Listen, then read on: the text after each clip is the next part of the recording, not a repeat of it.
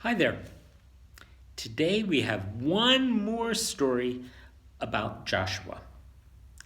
And I'm going to give a warning to the parents about this because in this story we're going to ask the kids to shout.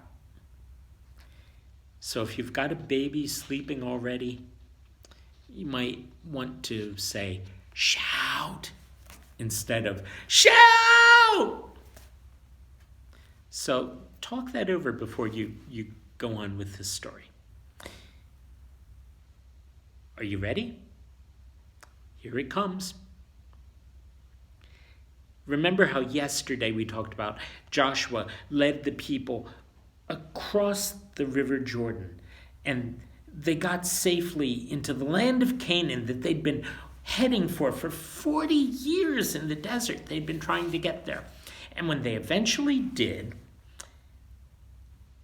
the city of Jericho was right in their way, blocking their way into the land.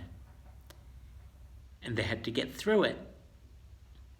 When Joshua and the people got to the shore of the Jordan, Joshua looked up and saw somebody standing in front of him. Somebody standing there with a sword. Kind of fierce. You wouldn't want to face somebody with a sword, a big knife.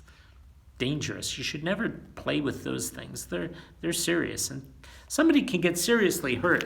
Even if you're just pretending you have a sword, sometimes you can thwack somebody with a stick. You got to be careful about that. But this was the real thing. And Joshua asked him, "Are you for us or are you against us?" And he said, "Neither. I am for God's army." And Joshua knew that this was an angel from God.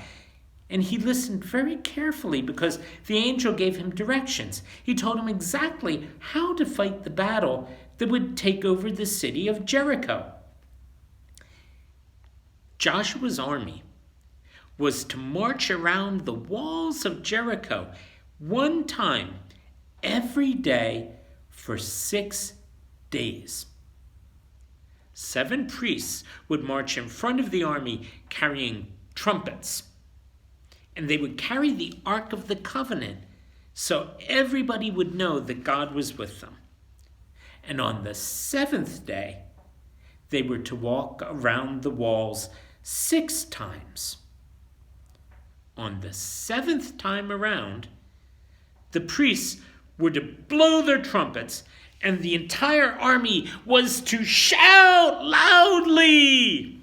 Can you practice that? Shout! Go, shout!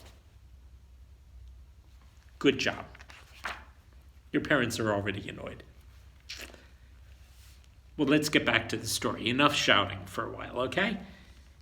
And I'll show you what happened. Joshua did all these things just as God had told him. God's people circled the wall surrounding Jericho, and the ark and the priests with the trumpets led the way. They marched around the wall once every day for 6 days. And on the 7th day, they marched around 7 times. And when they started their 7th trip around the walls of Jericho, Joshua gave the signal.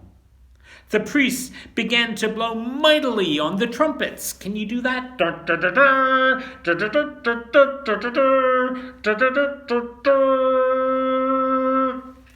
They began to blow their trumpets. And all the soldiers, the ones that didn't have trumpets, they began to do what? To shout! Shout!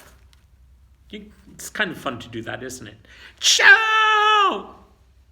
Well, they shouted so much. Settle down. They shouted so much that the city's walls began to tremble, to shake and to crumble, and then the wall came tumbling down.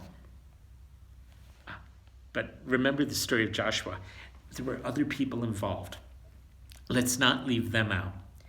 Everything had happened exactly as God said it would, and with the help of God, Joshua led God's people to victory over the city of Jericho. But they also, and this is important, also They kept their promise to Rahab. Remember her? She was the lady that had hid the spies when they came to see what Jericho looked like. And the spies had promised that she and her family would be kept safe. And when the wall fell, she and her family were still safe, and nobody hurt them. Joshua was glad he had listened to God.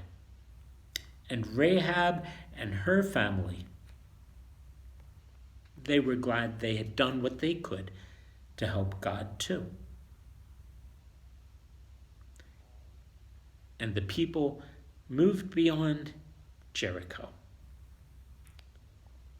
And in the years to come, they settled in the land that God had promised to Abraham and Sarah hundreds of years earlier,